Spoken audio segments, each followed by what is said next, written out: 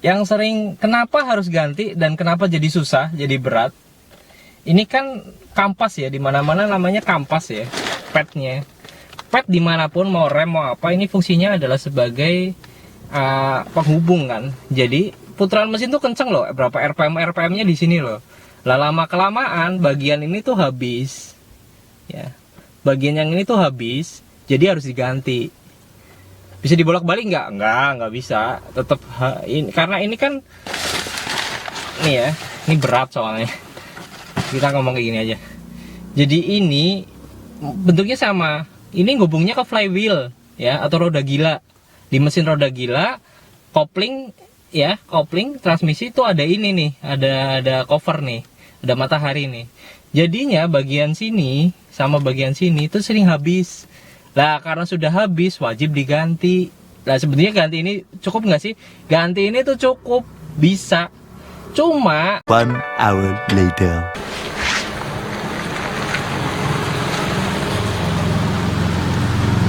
Oke, assalamualaikum warahmatullahi wabarakatuh. Balik lagi di sini di ALK Part bareng dengan saya Firman Hediansyah. Oke, kali ini kita bahas apa? Sebelum kita bahas, jangan lupa untuk like, subscribe, dan klik tombol notification supaya kalian terus dapat update video terbaru dari kita. Oke, ngomongin kampas kopling itu fungsinya apa sih? Oke, kalau kampas kopling itu fungsinya adalah sebagai pemutus ya. Pemutus atau penghubung antara mesin dengan transmisi. Karena itu ini adalah bagian yang sangat penting bagi mobil kita. Oke, yang jadi pertanyaan adalah pasti berarti kampas kopling cuma ada di transmisi manual? Bukan, karena di transmisi matic pun sebetulnya ada yang namanya kampas kopling ya. Cuma memang lebih signifikan atau bisa diganti di transmisi yang manual. Kita fokus ke transmisi manual dulu, nanti kita bikin sendiri yang kampas kopling bagian mobil matic. Kalau ngomongin soal masalah kampas kopling itu harus diganti atau bermasalah itu gimana, kita kasih tahu saat kita lagi jalan supaya lebih enak dan supaya kalian ngerti dan dong nih apa aja yang jadi masalah. Yang pertama, yang paling pertama yang kalian harus tahu kapan kalian harus ganti kampas kopling adalah ini, yaitu di saat kalian ngerasa ganti gigi persneling gitu susah. Biarpun kita udah pencet pol kampas koplingnya ya, kita gantinya berat. Harusnya saat pencet kampas ya, pencet ini ya, koplingnya kita pencet, kalau kampas kopling masih bagus ini enak, tapi ini ngerasa berat nih, klek. Itu yang pertama. Lah yang berikutnya itu adalah di saat kita mau jalan ya, di saat kita mau jalan perpindahannya itu nggak smooth artinya tidak ini loh ya, tidak tidak responsif ya. Nah seperti ini kan masih ada goyangan dikit ya. Nah itu tandanya kampas kopling kalian harus ganti. Itu paling simpel sih. Terus ada faktor berikutnya, ya ini nih kayak gini nih, ya. Nah ini berat nih, ya. Waktu kita belok, ngurangin gigi berat. Di saat kita mau jalan, kayak ada hentakan. Artinya di saat mesin dan transmisi ini harusnya halus ya, karena ada kampas kopling sebagai penghubung, karena namanya clutch ya, artinya pembatasnya. Dengan kampas kopling yang sudah mulai habis, maka jadinya tidak lancar gitu loh. Ya. Nah ini keras. Terus biasanya kalau yang ini ganti saat kopling dipencet, saat pergantian gigi itu berdecit, itu harus ganti juga ya. Yang kesekian, yang keempat itu biasanya kalau udah mulai bau-bau gosong, itu kampas koplingnya harus ganti, karena biasanya kampas koplingnya sudah kebakar. Oke, tadi udah ngomongin soal fungsi dari kampas kopling. Terus yang kedua kita udah ngomongin ciri-ciri kerusakannya atau masalah yang harus kalian ganti ya. Apa aja kita udah jelasin. Sekarang kita ngomongin soal bagian dari kampas kopling itu sendiri. Karena kampas kopling di mana-mana tuh sebelumnya dijualnya tuh set. Karena ada bagian-bagian yang harus disatukan. Biarpun di luaran kadang ada yang cuma dijual kampasnya aja, mataharinya aja, atau bahkan clutch forknya atau bagian untuk penghubung ya, penghubung antara yang untuk menghubungkan kampas kopling dengan dengan ininya, dengan clutchnya, dengan mataharinya kalau orang sini ngomong ya. Kita kasih tahu bagian-bagiannya apa aja. Mereknya Lux ya. Kenapa Lux? Kalau kalian tahu, ini adalah merek sebetulnya assemblinya dari Jerman. Cuma sekarang untuk industrinya atau pabriknya itu rata-rata di Chinese. Tapi kualitasnya masih Eropa. Dan kita beberapa kali dapat pesanan ya, Mercy, BMW itu rata-rata mereknya Lux. Jadi Ford ini juga pakainya Lux. Ya, di dalamnya ada apanya nanti harga di terakhir, jangan sekarang ya. Oke, kalau komponennya rata-rata satu set. Ya, di sini ada apa aja? Di sini ada yang namanya, ini bagian material yang paling, sebetulnya orang Indonesia salah kalau nyebut clutch itu satu komponen, tapi orang kalau ngebutnya kampas kopling ya ini nih. Ya. Ini kampas kopling.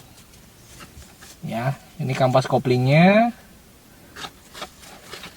Ini kayak asbes. Ya, ini fungsinya sebagai penghubung nih. Ya, ini yang ngubungin. Jadi mesinnya muter, transmisinya ke sini lah. Ini fungsinya sebagai penghubungnya.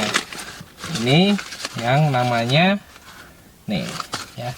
Bahan materialnya kayak asbes. Namanya kampas di mana-mana hampir sama. Bu,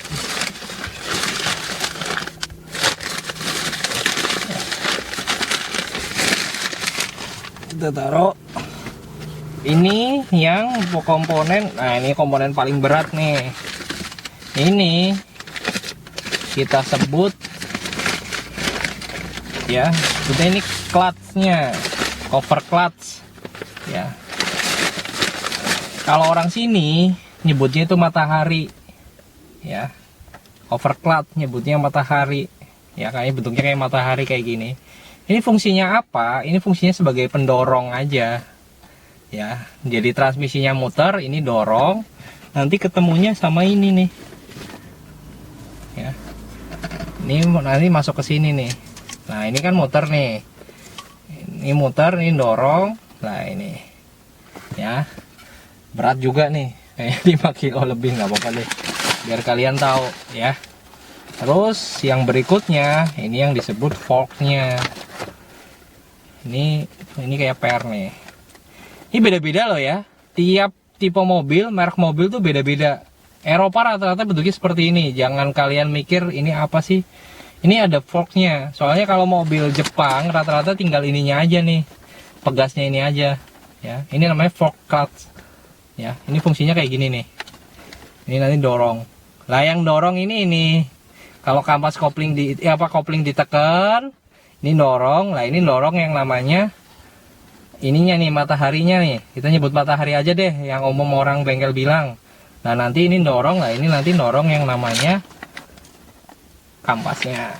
Nah, jadi rata-rata bagian dari komponen kampas kopling itu ada 3, yaitu kampas kopling itu sendiri, kita ngomongnya clutch ya, pad ya, clutch padnya, terus matahari atau clutch covernya, sama ini nih ya, ini pendorongnya ya, forksnya.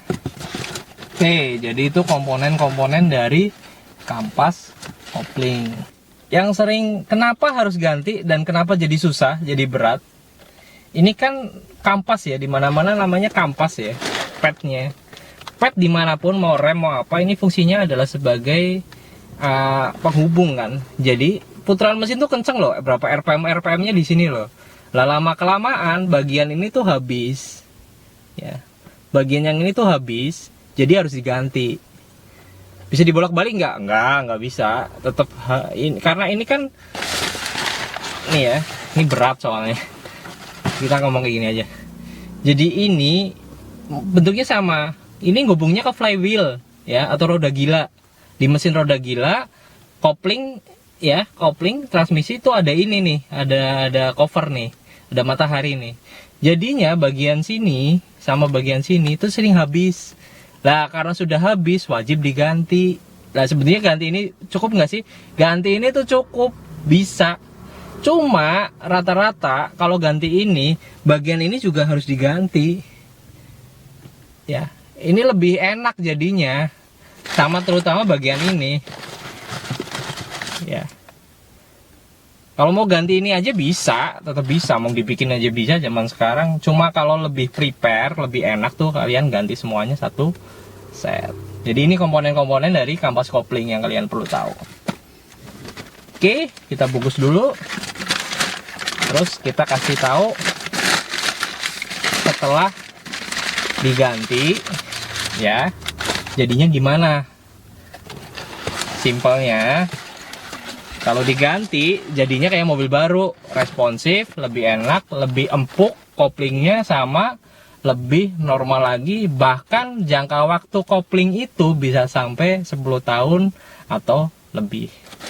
Ya, kita cover semuanya.